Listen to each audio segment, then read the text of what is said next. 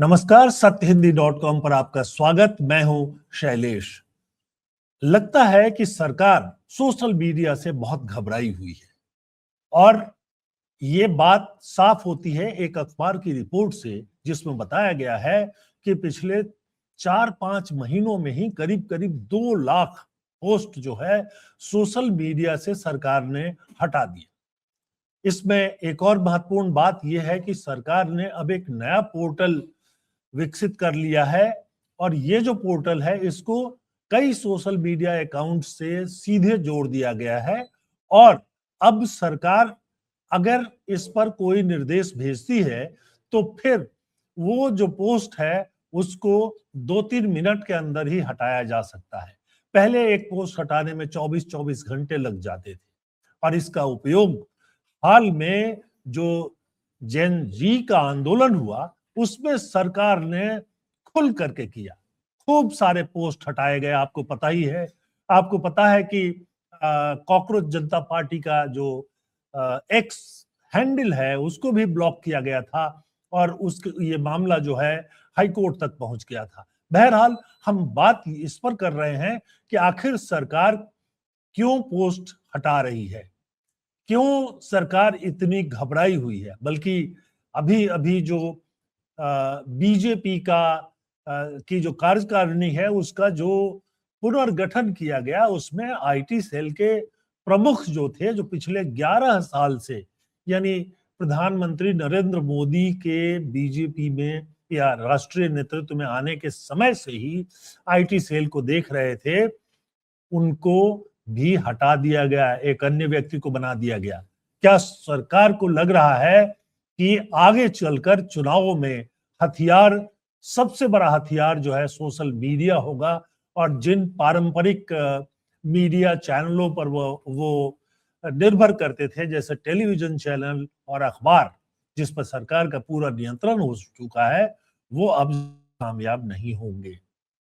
इस पर बातचीत करने के लिए आज हमारे साथ मौजूद हैं वरिष्ठ पत्रकार और लेखक उर्मिलेश और उनके साथ साथ पंकज श्रीवास्तव जो वरिष्ठ पत्रकार हैं, विश्लेषक हैं और इन मामलों के बारे में जानकारी रखते हैं। उर्मिलेश जी और पंकज जी दोनों का हार्दिक स्वागत और हमारे इस प्रोग्राम में शामिल होने के लिए बहुत बहुत धन्यवाद। उर्मिलेश जी, पहला सवाल आपसे करता हूं, आखिरकार क्या हो गया है सरकार को?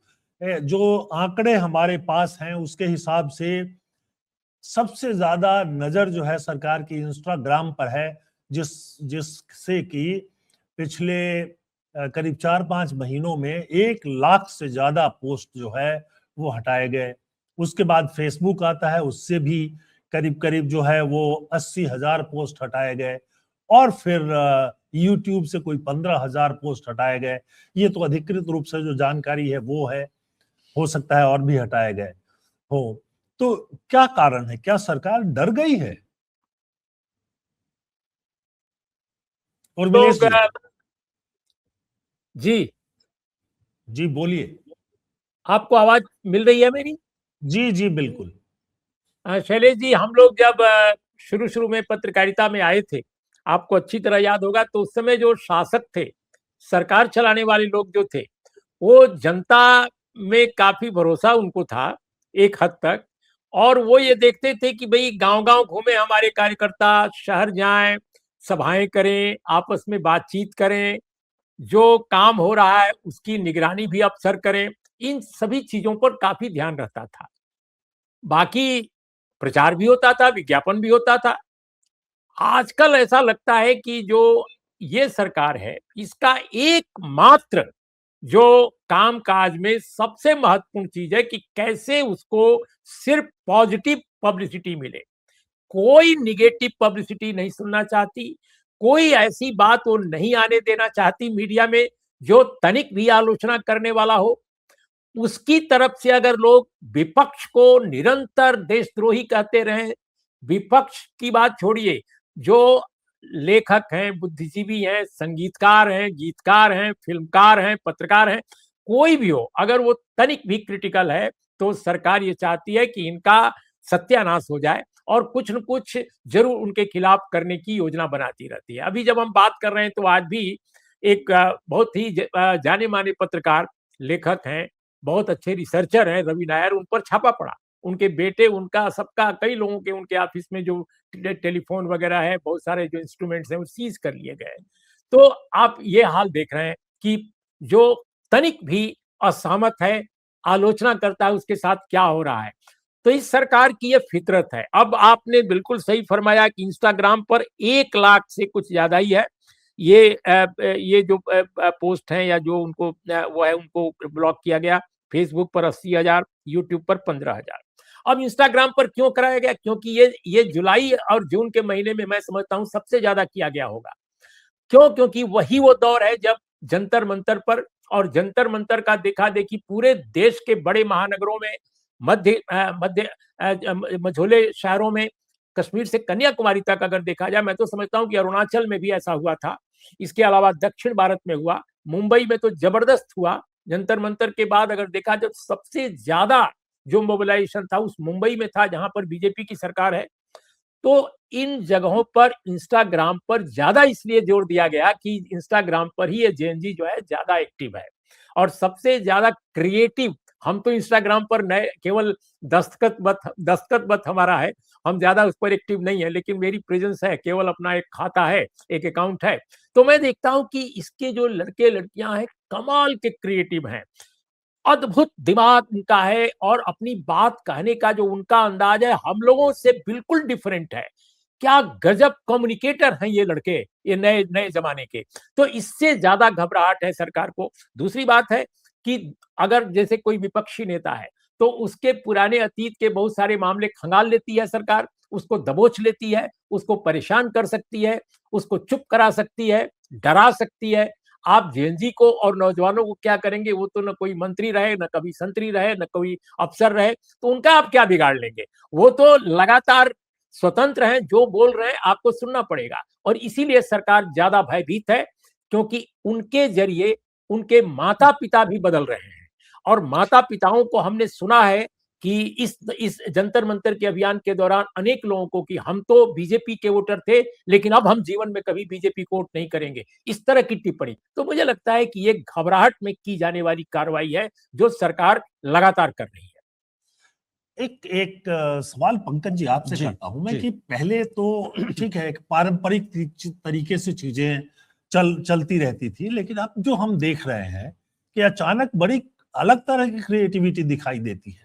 एक सुप्रीम कोर्ट के एक जज ने एक टिप्पणी कर दी, उसमें कॉकरोच का इस शब्द का इस्तेमाल किया। कॉकरोच जनता पार्टी के नाम से एक ट्वीट आ गया और फिर एक ही दिन में या 2 दिन में वो 2 करोड़ से ज्यादा उसको लोगों ने फॉलो कर लिया। अब फिर अभी प्रधानमंत्री ने जो 15 अगस्त को भाषण दिया, उस भाषण में उन्होंने दिमागी नक्सल्स इसका प्रयोग किया। अब मैं देख रहा था कि उस पर एक गाना बन गया, गाने को लोग गा भी रहे हैं, मतलब गाना लिख भी दिया गया, उसको संगीत में भी ढाल दिया गया और उसको भी यहाँ रख दिया। तो ये जो तरीका है या ये अभी जो प्रवृत्ति दिखाई दे रही है, उससे क्या लग रहा है कि क्या सरकार, ये जो सरकार आई थी तब भी ये कहा गया था कि इन्होंने सोशल मीडिया का बड़ा बेहतर उपयोग किया। क्या अब आपको लग रहा है कि आम लोग या आम छात्र या जेन जी या जेन अल्फा वो ज्यादा बेहतर उपयोग करने लगा है और वो बातें अपनी सरकार के सामने और लोगों के सामने रखने लगा है ज्यादा बेहतर तरीके से? देखिए शैलेश जी, ये जो पूरी सरकार आई, कहते हैं कि व्हाट्सएप के घोड़े पे सवार होकर आई थी। और व्हाट्सएप में सिर्फ प्रचार ये नहीं था कि बीजेपी क्या है या कांग्रेस की क्या गलतियां हैं, इसने इतिहास पुराण को लेकर इतना झूठ फैलाया, एक खास तरह का विभ्रम। और पहली बार हमने इस शब्द को इतने बड़े पैमाने पर इस्तेमाल होते देखा, जिसको हम नैरेटिव कहते हैं। अब दिक्कत यह है कि इस सरकार को जो व्हाट्सएप पे सवार होकर आई, व्हाट्सएप के घोड़े पे सवार होकर आई, वो इंस्टाग्राम के हाथी से कुचले जाने के भय से भयभीत है। इसे लग रहा है कि ये जो नया वो आ गया। शुरुआत उसने जरूर की, और उस समय की राजनीतिक संस्कृति में किसी के खिलाफ मुसलसल निंदा अभियान चलाया जाए ऑर्गेनाइज ढंग से, इसकी कोई परंपरा नहीं थी। इसलिए उस समय किसी पार्टी के पास कोई आईटी सेल नहीं होता था। किसी पार्टी के नेता ये नहीं सोचते थे कि किसी दूसरे पार्टी के नेता पर बिलो द बेल्ट वार किया जाए। ऐसा नहीं है कि बहुत लोगों के जिसको हम कहते हैं कि उनके अपने अलमारी में बड़े बड़े कंकाल रहे हैं, पहले भी रहे, आप भी पत्रकार हैं, जानते हैं किसके नहीं रहे। लेकिन ये माना गया कि हम निजी चीजों पर या वैसी कोई वार हम नहीं करेंगे, और राजनीति में जो एक सरकार बनाने, सरकार बिगाड़ने का खेल है, उस तक हम चीजों को रखेंगे। पर बीजेपी के आईटी सेल ने शुरू से पहला काम, एक तरफ तो नरेंद्र मोदी को एक बड़े महामानव की तरह पेश करने का प्रयास किया, जिनके पास हर समस्या का समाधान है, और दूसरी तरफ जो विपक्ष था, खासतौर पर कांग्रेस पार्टी और उससे जुड़े हुए नेता, उनको बिल्कुल शैतान बताने का अभियान शुरू कर दिया। लेकिन अब 12 साल हो गए इस सरकार को। अब ये गागीगे जो है कि ये होगा, अच्छे दिन आएंगे, हम विश्व गुरु बन जाएंगे, या जो भी, ये तो गागीगे है। इसकी जगह जो नई पीढ़ी है वो कह रहे हैं कि आज पे बात करिए आप। आज जो एक बेरोजगारी के टाइम बॉम्ब पर इस समय हम कहें कि भारत जिस तरह से खड़ा हुआ है, ये संयोग नहीं है कि जंतर मंतर हो या फिर झारखंड हो या इधर बिहार में भी शुरू हो गया या महाराष्ट्र। पूरे देश के नौजवान इस बात को समझ गए हैं कि मौजूदा जो शासन तंत्र है उसके पास उनके भविष्य के लिए कुछ नहीं है। सन 47 के लिए तो है कि सन 47 में भारत पता नहीं क्या हो जाएगा, विकसित देश बन जाएगा, लेकिन ये 2026 में भी उनको कुछ मिल सकता है। यहां तक कि इम्तिहान देकर और समय पर रिजल्ट पाने का जो उनका एक अधिकार है, जो एक जमाने में एक सामान्य बात थी। आप भी पढ़े हैं, हम सारे लोग यूनिवर्सिटी सिस्टम से ही निकल के आए हैं। एग्जाम का होना, नौकरियों का, लोगों को नियुक्ति पत्र मिलना, ज्वाइनिंग करना, ये बहुत सहज ढंग से हुआ जाता था। इधर है कि एक तो एग्जाम होता नहीं है, होता है तो पर्चा लीक हो जाता है, अगर रिजल्ट खुदा न खास्ता कुछ सालों में आ गया तो फिर कोई कोर्ट केस लग जाता है। और सरकार, ऐसा लगता है कि सरकार ये सब चाहती है, क्योंकि उसकी जो पूरी अर्थनीति है उसमें कहीं से भी रोजगार सृजन नहीं हो रहा है। यानी ये जो पूरा हमारा डेवलपमेंट है ये विदाउट एम्प्लॉयमेंट जनरेशन है। और ये बात ये नई पीढ़ी बहुत अच्छी तरह समझ गई है। पिछले 10-12 साल में जो पहले व्हाट्सएप था, फिर इंस्टाग्राम पे भी अब जो नई नई चीजें आ गई, उसके बाद उन लोगों के पास नए मुहावरे हैं, और वो एआई का जमाना है, वो तुरंत मिनटों में वीडियो क्रिएट कर दे रहे हैं, उसी पे गाना भी क्रिएट कर दे रहे हैं, उसका जवाब भी दे रहे हैं। जैसा आपने खुद बताया कि जैसे ही उन्होंने दिमागी नक्सल कहा, उस पे गाने बन गए, और पूरा ये कुछ बना पाते जितना इनका पहले फायदा होता था ऐसे जुमलों से, ऐसा लगता है वैसे उतना ही नुकसान अब इनको हो रहा है। इसलिए इसको नियंत्रित करने का जो इनका प्रयास है, हालांकि हो नहीं पाएगा, क्योंकि आप इतनी बड़ी तादाद में लोग हैं, अगर हर आदमी के हाथ में, हर आदमी अगर कंटेंट क्रिएटर है, तो ये कुछ पत्रकारों को रोक देने का मामला नहीं है, कुछ लोगों को रोक देने का मामला नहीं। जैसे अभी जो जिस गणना की आप बात कर रहे थे, जो आंकड़े थे, उसमें सरकार ने 5 महीने में हर मिनट पे एक तरह से एक आदेश दिया कि भाई इस पोस्ट को आप हटाओ। इसके बावजूद कि लगातार जुलाई में वो इस तरह से पोस्ट हटवा रहे थे, उसका उन्होंने कानून भी बना दिया कि 3 घंटे में हट जाना चाहिए। तो अब एक तरह से ऑटोमेशन हो गया है कि इधर सरकार के किसी बाबू ने आपत्ति की, उधर अपने आप वो डिलीट हो जाएगा। लेकिन आप एक डिलीट कर रहे हैं, उतनी देर में 10 नए कंटेंट उसमें आ जा रहा है, क्योंकि कोई नौकरी तो हो नहीं कर रहा है। लोग अब सरकार के साथ एक युद्ध में, एक नैरेटिव युद्ध में, ये पार्टी नहीं जनता उतर चुकी है।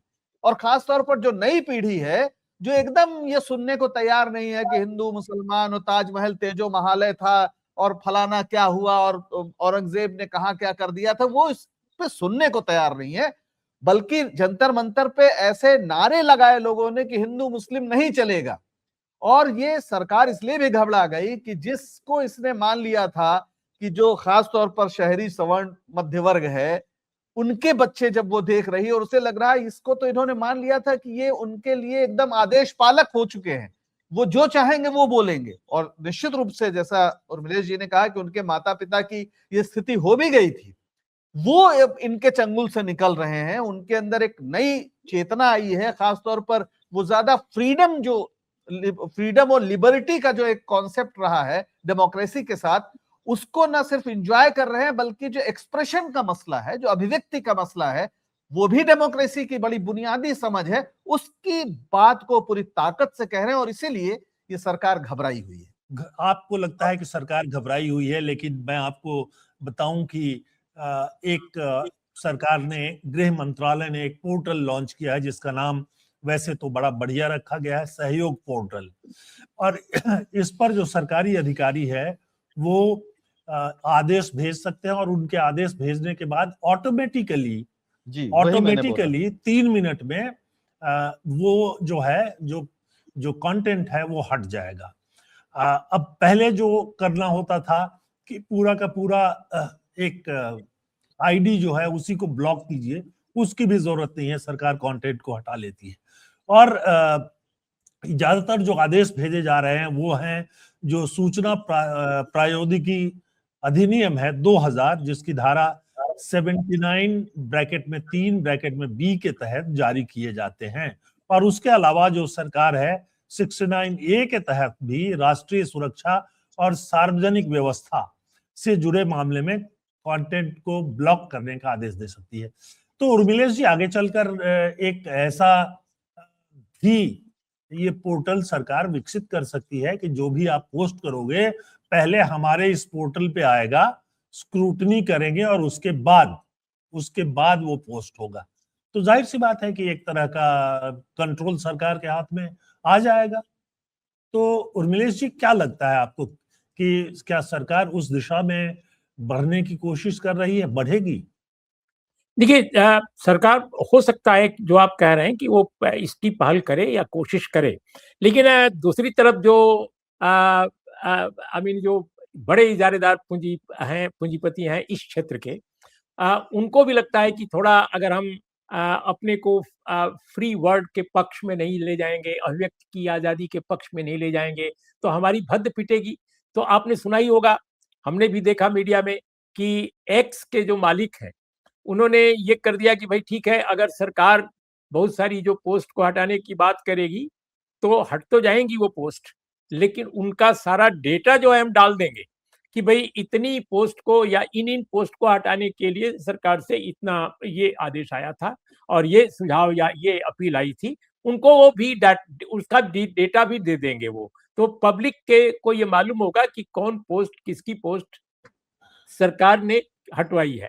तो ये सब भी है। तो ट्रांसपेरेंसी के लिए मुझे लगता है कि जो ये देखना है कि जो सो कॉल्ड अपने को फ्रीडम के पक्षधर मानने वाले पूंजीपति हैं, हालांकि वो हम सब जानते हैं कि वो कितने फ्रीडम को मानने वाले होते हैं, लेकिन अपने कारोबार के लिए उनकी भी कुछ हो सकता है कि कोई मजबूरियां हो। तो ऐसा अगर वो करते हैं तो मैं समझता हूं कि थोड़ी सी एक रियायत या राहत उन लोगों के लिए होगी जिनकी पोस्ट हटाई जा रही है, तो जानकारी मिलेगी, समाज में भी इस पर चर्चा होगी, समाजों में उथल पुथल भी मचेगी, लोग नाराजगी जाहिर करेंगे। तो एक तो ये पहलू में मेरे को जो दिमाग में आ रहा है। दूसरी बात कि भाई आप चाहे जितनी पोस्ट हटा लीजिए, लेकिन लड़के जो आजकल के हैं, हम लोगों को तो नहीं मालूम, हमें तो बड़ी मुश्किल होती है कि जब कोई एक बार हटा दिया तो बड़ी मुश्किल है, आप लंबा लेख लिखें फिर उसको डालें, पता नहीं कब आए। लेकिन जो यंग जनरेशन है, जेन जी है, जेन अल्फा है, ये तो फटाफट सरकार से भी ज्यादा तेज गति से आगे बढ़ रहे हैं।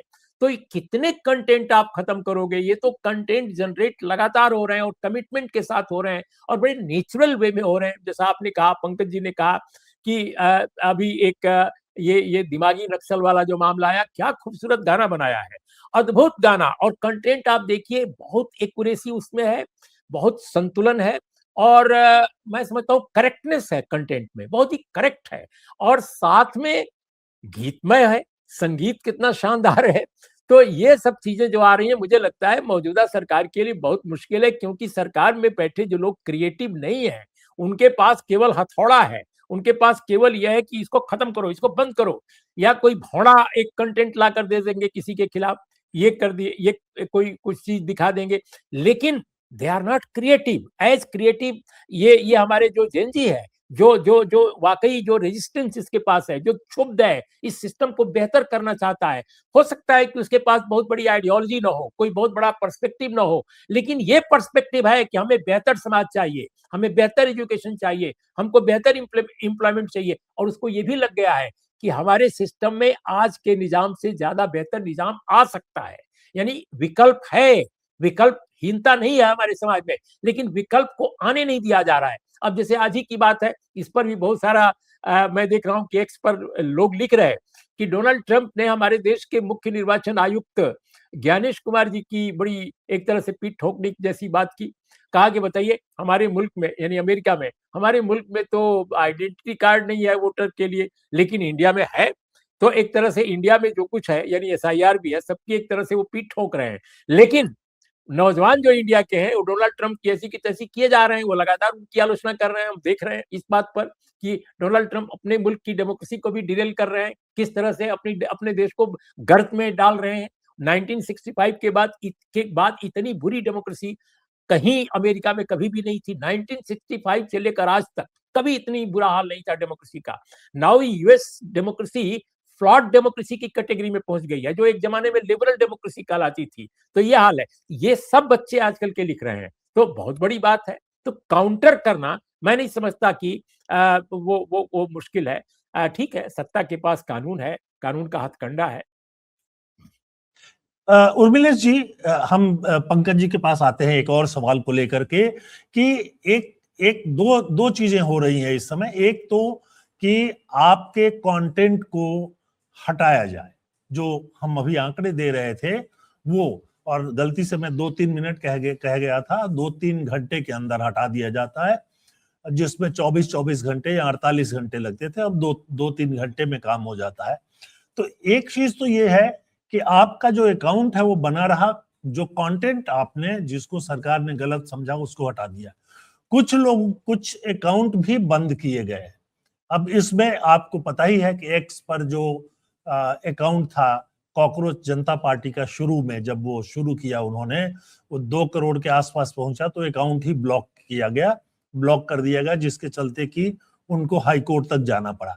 हमारे पास जो आंकड़े हैं जल्दीबाजी में जो हमने निकाला है, उसमें से भाविका कपूर, इनका अकाउंट ब्लॉक किया गया, ये इन्होंने चुनाव आयोग की आलोचना की थी। उसी तरह से ये एक और अकाउंट है, अनाम अकाउंट है, जिसके करीब 2.4 लाख 2,40,000 फॉलोअर्स थे, @NHER_WHO, इसको भी ब्लॉक किया गया। एक संदीप सिंह, ये भी ब्लॉक किए गए। कई और ब्लॉक किए गए। इसमें से और जो नाम हमारे सामने आ रहे हैं उनमें से एक अकाउंट जो है वो पैरोडी और सटायर का अकाउंट था, उसको भी हटा दिया गया। तो इसमें जो पैरोडी है, व्यंग जिसको कि आमतौर पे पहले ध्यान नहीं दिया जाता, एक समय में हमने देखा था कि नेहरू के ऊपर किस किस तरह का व्यंग जो है वो लोग करते थे। एक हमारे देश के मशहूर कार्टूनिस्ट हुए R.K. लक्ष्मण, उन्होंने तो किसी को नहीं छोड़ा। जो भी उनके समय काल में आया और जो भी विषय आए उस पर उन्होंने बहुत ही शानदार कार्टून बनाते थे वो, और बहुत सारे लोग अखबार को सिर्फ उसी कार्टून के लिए खरीदते थे। अब सरकार इसको भी बर्दाश्त नहीं करना चाहती। तो पंकज जी, क्या लग रहा है, इसके पहले भी जो पैरोडी करने वाले एक आर्टिस्ट हैं उनको परेशान किया गया, उन पर एक तरह का प्रतिबंध लग गया, आजकल दिखाई देने लगे हैं फिर जी। तो ये भी एक बड़ा मुद्दा है कि आपका पूरा का पूरा अकाउंट ब्लॉक कर दिया जाए, ताकि आपकी जो फॉलोइंग है वो एकदम से खत्म हो। शैलेश जी, आपने R.K. लक्ष्मण का नाम लिया, हम शंकर की याद करें, उसके पहले जो शुरू में पॉलिटिकल कार्टूनिस्ट के रूप में कितने मशहूर थे आप जानते हैं। और वो एक बार उन्होंने नेहरू जी को गधा बना दिया था किसी कार्टून में, तो उनके पास नेहरू जी ने फोन करके कहा कि आप गधे के साथ चाय पीना पसंद करेंगे, और उन्हें बकायदा बुलाया प्रधानमंत्री आवास पर, उनके साथ उन्होंने चाय पी और कहा कि शंकर मुझे भी मत बख्शना। तो इस देश में कार्टून बनाने वाले रहे हों, स्तंभकार रहे हों, लिखने वाले रहे हों, आजादी के बाद जिस तरह का परिवेश इस देश में बना, उसमें सबको ये आजादी थी कि आप अपनी बात रखिए। उसमें वाद विवाद संवाद की जो प्रक्रिया रही है, जो एक पुरानी परंपरा है इस देश की, उसके तहत भारत कैसे विचार के मोर्चे पर आगे बढ़े, ये एक महत्वपूर्ण बात थी। जब इमरजेंसी लगी, घोषित इमरजेंसी लगी, उसके क्या कारण थे वो आज की बहस का मुद्दा नहीं है, लेकिन उस समय इमरजेंसी बाकायदा घोषणा की गई थी और उसमें पूरा अधिकार दिया गया था कि आप सेंसरशिप करिए, वो उसका हिस्सा था। वो लगी भी, वो हटी भी, और हमारे लोकतांत्रिक इतिहास में उसे हम हमेशा एक आलोचनात्मक निगाह से देखते हैं, उसकी याद करते हैं। सवाल है कि आज इमरजेंसी आपने नहीं लगाई, लेकिन आप सब कुछ वो कर रहे हैं जो लोकतंत्र की हत्या कहा जाना चाहिए। अभी अमेरिका की बात हुई कि फ्लॉड डेमोक्रेसी, जिस वीडैम जो वैरायटी ऑफ डेमोक्रेसीज की ओर से ये जारी होता है, उसने भारत को इलेक्टोरल ऑटोक्रेसी में डाल दिया है। यानी आप यहां पर कह रहे हैं कि हम विश्वगुरु हैं, और वहां दुनिया की निगाह में अब आप सामान्य डेमोक्रेसी तो छोड़िए, आप इलेक्टोरल ऑटोक्रेसी में आ गए हैं।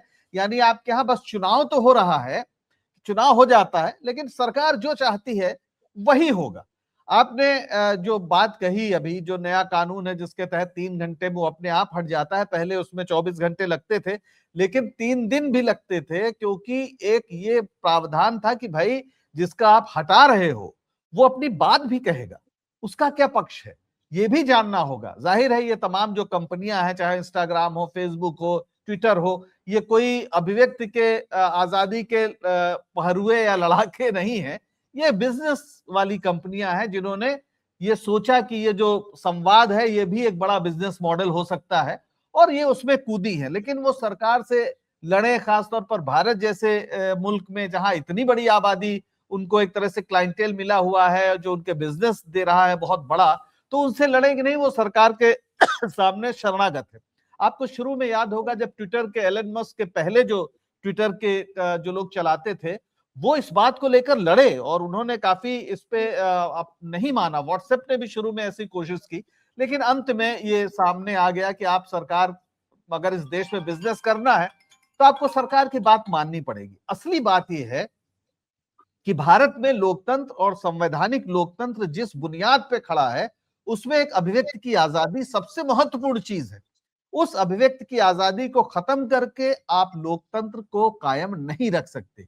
यानी इस देश की जनता, इस देश के नौजवान जो कह रहे हैं इस सरकार के बारे में, अपने बारे में, अपने भविष्य के बारे में, वर्तमान के बारे में, वो अगर सामने नहीं आ पाएगा तो आप समझिए कि कितना बड़ा एक तरह से अंदर अंदर अगर लोग ये उनके अंदर एक तनाव पलने लगा, तब तो भीषण विस्फोट हो जाएगा।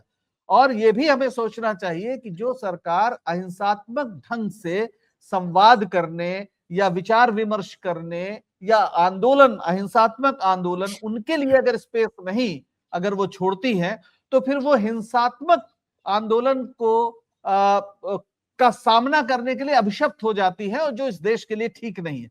तो मेरा ये कहना है साफ साफ कि सरकार जो कर रही है तो वो लोकतंत्र तो को, मतलब है कि मोदी जी सही कह रहे हैं कि वो दिमागी वो देखिए इसमें नक्सल नक्सल शब्द तो बहुत पुराना है, उसकी तो बात कुछ है नहीं। असली समस्या दिमागी से है कि लोग दिमाग का इस्तेमाल कर रहे हैं। दरअसल जो आरएसएस का पूरा प्रोजेक्ट है, वो प्रोजेक्ट यही है, उनके अपने यहाँ ही प्रचारक ही होते हैं, विचारक नहीं होता है। विचारक सिर्फ एक होता है जो उनका सरसंघ चालक है।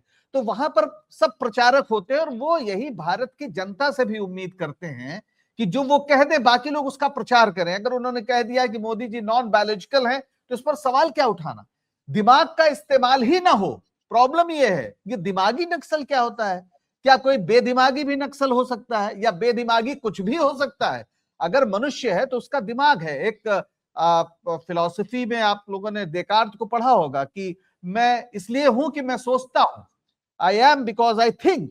तो अगर हम अब सोचेंगे ही नहीं तो फिर हम मनुष्य होने की अर्हता ही खो देंगे, और यहां दिमाग से ही समस्या होने लगी है।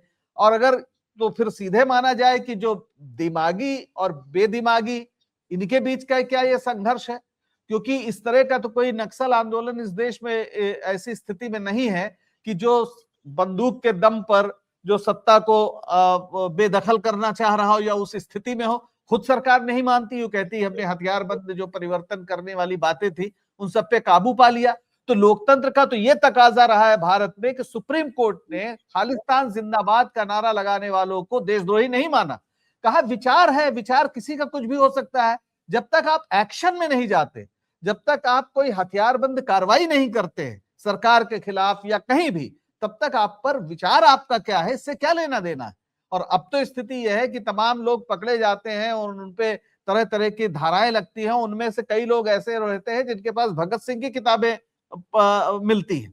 तो विचार से इतनी घबराई हुई सरकार है, उसे लगा था कि सरकार बना लेंगे तो जो ये कहेंगे सब लोग सुबह सुबह शाखा में आके खड़े हो जाएंगे। मेरा ख्याल है कि इस देश को एक खास तरह के गृह युद्ध में झोंकने की ये कोशिश है। चलिए, ये बहुत गंभीर बात आपने कर दी कि गृह युद्ध में झोंकने की कोशिश की, लेकिन उर्मिलेश जी, एक बार जहां तक मुझे याद है आपका यूट्यूब चैनल जो है वो ब्लॉक कर दिया गया था, बंद किया गया था।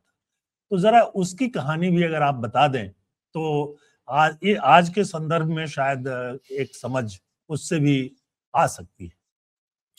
असल में शैलेश जी, मैं बहुत कम जानता हूँ ये सोशल मीडिया के अंदर के पेज को, बिल्कुल नहीं जानता। बल्कि जब कुछ हुआ मेरे साथ तो मुझे पूछना पड़ा कि ये मामला क्या है। मेरे को इतना भी नहीं समझ, हम लोग, आप जानते हैं कि प्रिंट मीडिया के लोग हैं, टेलीविजन में भी थे, लेकिन हम एग्जीक्यूटिव एडिटर थे तो कुछ समय के लिए ही रहे, 1.5-2 साल। तो वो भी कंटेंट पर ज्यादा ध्यान था, मीटिंग्स वगैरह पर, कंटेंट कैसे क्या क्या होना चाहिए, वो भी पार्लियामेंट चैनल के थे, कोई ऐसा नहीं कि निजी चैनल के थे। तो मेरे को बिल्कुल नहीं मालूम था कि ये हुआ क्या। मैंने देखा कि मेरा प्रोग्राम नहीं जा रहा है, वो ले ही नहीं रहा है। तो बाद में पता चला कि ये तो ब्लॉक हो गया है कहीं से। तो मैंने जब यंग लोगों को बुला करके दिखवाया तो पता चला कि कोई शिकायत होगी। तो उन्होंने कहा सर इस फॉर्म में बहुत सारी चीजें जाती रहती हैं। अब ये भी मैंने ये जानता कि कैसे जाती रहती हैं। सो आई एम सो अनअवेयर। तो दिलचस्प बात यह है कि जिस कंटेंट पर वो तथाकथित प्रतिबंध लगाया था 7 दिन के लिए, उसको स्ट्राइक किया था या क्या बोलते हैं, जो भी, मैं नहीं जानता। तो वो इतना एकेडमिकली इतना स्ट्रॉन्ग कंटेंट था कि उसमें देश के सर्वोत्तम विश्वविद्यालय जवाहरलाल नेहरू यूनिवर्सिटी के एक सेंटर के चेयरमैन मौजूद थे, former chairman of A centre of international studies, वो मौजूद थे बोलने वाले। मैं एंकर था प्रोग्राम का, 2 ही लोग थे केवल। इतना विद्वान आदमी जो अमेरिका के एक यूनिवर्सिटी में भी प्रोफेसर रहा है जेएनयू छोड़ने के बाद, और दुनिया के और भी एक आध विश्वविद्यालयों में रहा, इतना विद्वान आदमी था। और वो बोल रहे, संयोगवश जेएनयू में मैं भी पढ़ा हूं, हमसे हमारे आसपास के थे, या तो हमसे जूनियर रहे होंगे या कंटेम्पोररी रहे होंगे। तो वो फौरन आ गए थे मेरे आमंत्रण पर। अब वो व्यक्ति न तो वो अपशब्द बोलेंगे, न मैं बोलता हूं कभी। अब हम भी संपादक रहे, आप भी संपादक रहे, आप कल्पना कर सकते हैं कि हम लोग अपशब्दों का इस्तेमाल कभी टेलीविजन पर, यूट्यूब पर करेंगे? कभी नहीं करते। जो लोग अब अपशब्दों की पूरी बौछार करते हैं, बारिश करते हैं, उनका चैनल तो कुछ नहीं होता है, घटिया घटिया बातें कहते हैं, न जाने कैसी कैसी बातें। लेकिन हमारे चैनल को बंद कर दिया, तो मैं समझ नहीं पाया। बहरहाल यंग लोगों से मैंने उसका जवाब भेजा कि भाई ऐसा नहीं होना चाहिए, हमने तो ये किया, तो उन्होंने फिर से हमारा 7 दिन के बाद रिवाइव किया। लेकिन कोई और एक स्ट्राइक किया था, उसमें उन्होंने कहा 90 दिन का इंतजार करना होगा आपके बारे में। तो 90 दिन तक इंतजार किया, जो होता है ना कि हमारा चूंकि 1 लाख से ऊपर हो चुका था सब्सक्राइबर, तो जो कुछ वो कुछ देते हैं कुछ अपना, तो उसमें इंतजार करना पड़ा लंबा। तो ये वाकया था, मैं बहुत जानता नहीं उसके बारे में, तो नहीं बता सकता। लेकिन मेरे कहने का मतलब कि आपकी शिकायत कर दे कोई, और झूठी शिकायत भी कर दे, तो अब आर्टिफिशियल इंटेलिजेंस के थ्रू सारी चीजें हो रही हैं। अब उसमें आप एक्सेप्ट किया जा सकते हैं, आपके खिलाफ एक कंप्लेन एक्सेप्ट किया जा सकता है। बाद में उन्होंने कहा नहीं, मैंने उसमें एक सवाल उठाया था कि आपको लगता है हिंदी हमारा समझ में नहीं आया। उन्होंने कहा नहीं, इंडिया ऑफिस से भी हमने कंसल्ट किया था इस मामले में, उन्होंने भी इंडोर्स किया। तो इसका मतलब कि there is something wrong in your office, आपके पूरे मैकेनिज्म में कोई प्रॉब्लम है कि एक अच्छे कंटेंट को भी वो मान रहा है कि इसमें कोई गड़बड़ी हुई थी। तो ये वो वाकया था, इसलिए मैं नहीं जानता इसके बारे में पूरा डिटेल। बिल्कुल सही कह रहे हैं आप। और ये रहा था उस दौर में कि सीधे सरकार हस्तक्षेप नहीं करती थी और बहुत सारे चैनल्स के खिलाफ करवाती थी, उनसे कुछ लोगों से शिकायत करा करके, और ये जो है इसको करने की कोशिश की जाती थी। पंकज जी, मैं ये जानना चाहूंगा आपसे कि ये जो सरकार बनी और मोदी जी जिस रास्ते पर चल रहे थे कि जो यंग लोग हैं उनके माइंड को कैप्चर करो, और इसके लिए उन्होंने सोशल मीडिया का सबसे अच्छा उपयोग किया। हालांकि अब जो चल करके उन्होंने अभी जो कॉकरोच आंदोलन कहें उसको या नीट परीक्षा आंदोलन कहें, उसके बाद उन्होंने 3-4 जो पोस्ट किए, सीधे इंस्टाग्राम पर गए बिना मेकअप के और बिना जो उनका विशेष वस्त्र होता है वो सब धारण किए, पोस्ट किए, ये दिखाने के लिए कि मैं जेनजी की तरह ही हूं। तो उस सब के बावजूद उनका इम्पैक्ट वो नहीं दिखाई दिया जो पहले दिखाई देता था। देखिए जो नई पीढ़ी है ना, वो सबसे ज्यादा किसी चीज से चिढ़ती है तो वो आपके नकलीपन से। आप जैसे हैं वैसे बात करिए, दिल से बोलिए। अब वो जेंजी नहीं है, वो 75 साल के हो चुके हैं। उन्हें आप जेंजी की भाषा लेने की जरूरत नहीं है। जेंजी के साथ मुकाबला करने या उनके जेंजी ये मान लेगा कि हमारे बीच के हैं, वो पॉसिबल नहीं है। वो बनने की कोशिश कर रहे हैं। तो उन्होंने जिस तरह से फ्रंट कैमरा लगा के अपनी फोटो उसमें लाइव किया, वो इतना भद्दा था और लोगों ने इस तरह से उस पर रिएक्ट किया कि वो तो लेने के देने पड़ गए, जो मोदी जी का एक जुमला है। तो इसी तरीके से उन्होंने बाद में भी जो किया उसका देखिए बहुत असर पड़ने वाला नहीं है। उसकी वजह ये है कि जो कह रहे हैं वो जमीन पर नजर नहीं आ रहा है।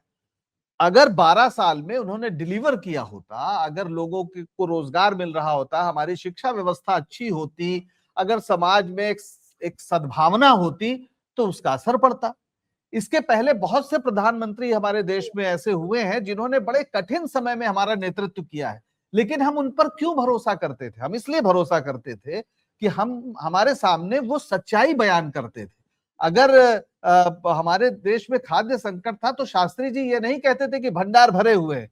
वो कहते थे हाँ हम संकट में हैं और एक वक्त हम भोजन नहीं करेंगे, और लोगों को यकीन था कि शास्त्री जी अगर कह रहे हैं तो वो भी भोजन नहीं कर रहे होंगे।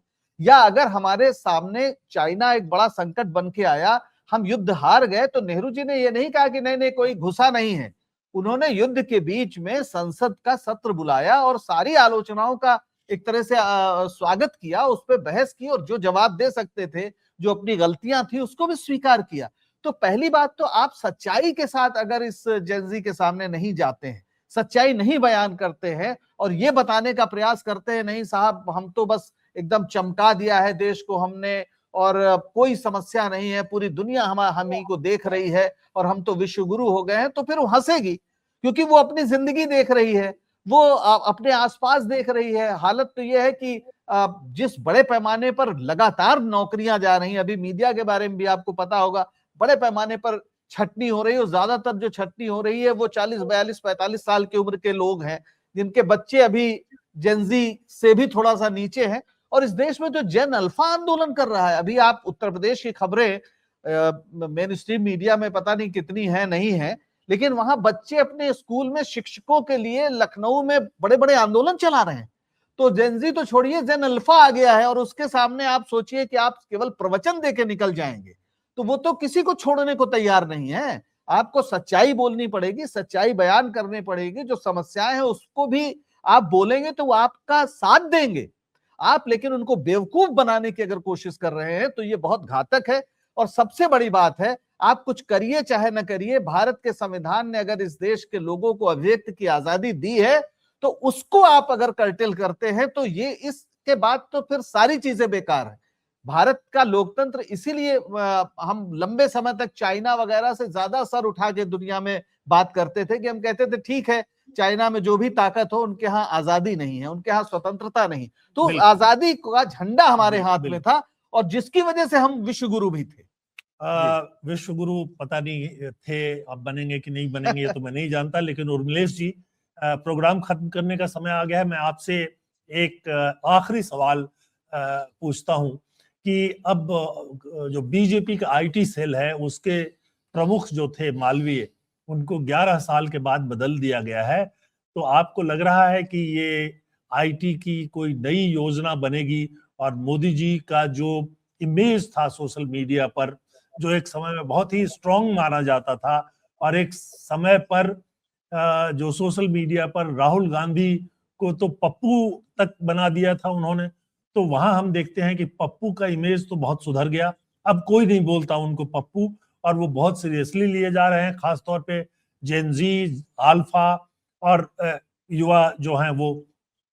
दूसरी तरफ मोदी जी की जो लोकप्रियता थी उसमें गिरावट आ रही थी। अब इसी बीच में ये जो बड़ा परिवर्तन किया गया है, एक नए आईटी सेल प्रमुख लाए गए हैं, तो क्या आपको लगता है कि इससे कुछ मोदी जी को और बीजेपी को फिर से फायदा होगा? देखिए, ये तो भविष्य तय करेगा, बताएगा कि क्या होगा। लेकिन मैं आपको एक चीज बता दूं, जिन दिनों अमित मालवीय आए थे, वो मोदी जी के पॉलिटिकल करियर का एक तरह से उछाल था, यानी जंप थी उस समय। उस दौर में वो आए थे, उन्होंने किया जो भी कर सकते थे। अलग बात है कि वो एक सोशल मीडिया प्लेटफॉर्म के तौर पे जो वो कर रहे थे और जो चीजें जिस तरह से कर रहे थे वो कितनी भयानक थी, वो अलग बात है। लेकिन उन्होंने मदद की मोदी जी की, इसमें तो कोई दो राय नहीं है। तो बेहतर दिनों में, सो कॉल्ड बेहतर दिनों में मोदी जी के, जब जब उनका माने एक तरह से जलवा था, लग रहा था कि मनमोहन सिंह की सरकार के फेज 2 में, यानी यूपीए के दूसरे फेज में मनमोहन सिंह की सरकार की विफलताओं से उबी हुई जनता में मोदी जी आए हैं तो कुछ चमत्कार कर देंगे। तो उस चमत्कार की के इंतजार में जो जनता थी, उसमें वो आकर के सोशल मीडिया संभाल रहे थे। और इस समय तो इतनी बुरी स्थिति मोदी जी की सरकार की है कि जनता जानती है कि ये विफल सरकार है। इस सरकार में भाषण देने के अलावा, शब्दबाजी करने के अलावा, डराने के अलावा लोगों को, जो लोग भी आलोचना करते हैं, जो लोग असहमत हैं, उनको डराने और उनको उनका मुंह बंद करने के अलावा ये सरकार और कोई काम नहीं कर रही है। जितने इसके वादे थे उनमें किसी को पूरा नहीं कर पा रही है। तो ऐसे में कोई सोशल मीडिया के जरिए आप क्या बोलेंगे, कितना झूठ बोलेंगे, क्या आप करेंगे, दूसरों के को आप बदनाम करेंगे, यही सब करेंगे तो उससे क्या फर्क मिलेगा? जनता यकीन नहीं करेगी आपकी बात की। तो मुझे नहीं लगता कि कुछ भी, कोई भी चमत्कार हो सकता है, नथिंग। बस इसी सवाल पर पंकज जी 1 मिनट में आपकी राय। देखिए, बिल्कुल सही कहा कि अगर आपके पास ये मीडियम है जिनकी हम बात कर रहे हैं ना, व्हाट्सएप, इंस्टाग्राम, फेसबुक, जो भी ये मीडियम है, आपके पास कहने के लिए कुछ होना चाहिए। अब इस समय मोदी जी के पक्ष में कहने के लिए क्या है? आप जिस तरह से बेरोजगारी इतिहास के सबसे, मतलब कहा जाए, खतरनाक बिंदु पर है इस समय, या हमारी प्रति व्यक्ति आय मतलब सब सहारा कंट्रीज के लेवल पे है, हमारी पत्रकारिता 157वें नंबर पे है, हमारी डेमोक्रेसी इलेक्टोरल ऑटोक्रेसी में तब्दील हो गई है। आप क्या चीज कहेंगे? आप ये कह सकते हैं कि मोदी जी बड़े सुंदर हैं। अब ये एक सब्जेक्टिव बात है, इस पर विवाद नहीं हो सकता है, किसी को लग सकता है, इस पर हो सकता है कि लोग कहें हाँ भाई बहुत अच्छी बात है, उनके कपड़े बहुत अच्छे हैं। लेकिन वो अगर कहे कि अर्थव्यवस्था बहुत अच्छी है, तो फिर आपको आंकड़े देने पड़ेंगे। तो इसलिए किसी भी सोशल मीडिया की इनकी टीम कोई भी आ जाए, वो जहर फैला सकते थे, लेकिन मुझे नहीं लगता कि अमित मालवीय से ज्यादा फैला सकते थे। पर इस देश ने जहर को अब अपने कंठ में धारण कर लिया है। तो अब ये देश की जनता भी नीलकंठ हो गई है। इन्हें पता है कि ये जहर हमको मारने के लिए, इस देश के भविष्य को नष्ट करने के लिए जहर फैला रहे हैं। तो इस देश की जनता ने उसको अपने कंठ में धारण कर लिया है। इस समय सब शिव मुद्रा में है, यही कहेंगे। धन्यवाद पंकज जी और उर्मिलेश जी, आप दोनों को बहुत बहुत धन्यवाद। इस प्रोग्राम को हम यहीं खत्म करेंगे, लेकिन चलने से पहले जो मेरा अनुभव है वो भी थोड़ा बहुत आपसे शेयर कर लेता हूं। एक वक्त था जब लोग कहते थे कि पेट्रोल की कीमत बढ़ गई तो क्या हुआ, डॉलर की कीमत बढ़ गई तो क्या हुआ, राम मंदिर तो बन गया। लेकिन अब ये जो तुलना है वो दिखाई नहीं दे रहा है। आज जो जेन जी है और जेन अल्फा है, वो देश भर में जो आंदोलन कर रहा है वो सिर्फ दो मांग कर रहा है। एक तो जो विशेषज्ञ कॉलेजेस हैं, जैसे ये नीट यूजी की परीक्षा को लेकर के हुआ, वो मांग कर रहे हैं। दूसरा, स्कूल की व्यवस्था ठीक करो। एक स्कूल में उन्होंने मांग की कि टीचर नहीं आते हैं और टीचर कम है तो टीचर दे दो। दूसरी जगह से जो मांग थी वो ये कि स्कूल के भीतर पीने के पानी और शौचालय की व्यवस्था नहीं है, उसको ठीक कर दो। दुर्भाग्य यह है कि ये सब व्यवस्थाएं ठीक नहीं की गई। लंबे समय से एक ही पार्टी की सरकार राज्यों में भी है और देश में भी है, पर इसकी तरफ ध्यान नहीं दिया गया। और लोग अब ये सुन करके कि 1947 तक 2047 तक सब कुछ ठीक हो जाएगा, मुझे लग रहा है कि नई पीढ़ी इस बात को सुनने के लिए तैयार नहीं है। कम से कम शिक्षा के क्षेत्र में अगर उनके स्कूल ठीक हो जाए, उनकी पढ़ाई ठीक हो जाए, टीचर आने लगे, फैन लग जाए ताकि गर्मियों में भी वो इतनी गर्मी बर्दाश्त नहीं करनी पड़े, ऐसी ही मांगे हैं। आप ज्यादातर जगहों पर आप देखेंगे। और दिल्ली से लेकर जंतर मंतर से लेकर रांची तक जो आंदोलन हुआ उसमें मांग सिर्फ एक ही थी कि जो परीक्षाएं हुई हैं भर्ती के लिए, नीट तो यहाँ पर मेडिकल कॉलेज वगैरह में भर्ती के लिए था, वहां जो रांची में हुआ उसमें जो नौकरियों की भर्ती के लिए था, उन परीक्षाओं में जो खुलेआम बेईमानी वर्षों से चल रही है, जो लगातार बढ़ती जा रही है, उसको खत्म कर दें। ये सब नहीं करके सोशल मीडिया पर प्रतिबंध लगा करके सरकार शायद ये करना चाहती है कि सूचना आप तक पहुंचे नहीं और इसलिए आप जानकार नहीं बन सके और आप अंधेरे में जीते रहें। तो ये चलेगा या नहीं चलेगा, इस पर आपकी क्या राय है? कमेंट सेक्शन में आकर के हमें जरूर बताइए कि आप क्या सोचते हैं कि जेन जी और जेन अल्फा का जो आंदोलन है वो कितना सही है और उसमें जो मांगे रखी जा रही हैं वो कितनी उचित मांगे हैं। इसके साथ साथ एक अनुरोध ये है कि हमारे चैनल को अब तक अगर आपने सब्सक्राइब नहीं किया है तो सब्सक्राइब कर लीजिए। एक बात और कहना चाहूंगा कि हमारे प्रोग्राम को लाइक कीजिए, बेल आइकन दबा दीजिए ताकि आप तक सूचना जो है वो समय पर पहुंच सके। सत्य हिंदी के ऐप को अगर आपने डाउनलोड नहीं किया है तो तुरंत कर लीजिए। आप एक ही जगह पर सारे के सारे जो हमारे प्रोग्राम हैं उसको देख सकेंगे और सत्य हिंदी सदस्यता अभियान अभी भी जारी है। अगर आप उससे जुड़ेंगे तो हमारी मदद भी होगी और हमें खुशी भी होगी। आज के लिए बस इतना ही। बहुत बहुत धन्यवाद। नमस्कार।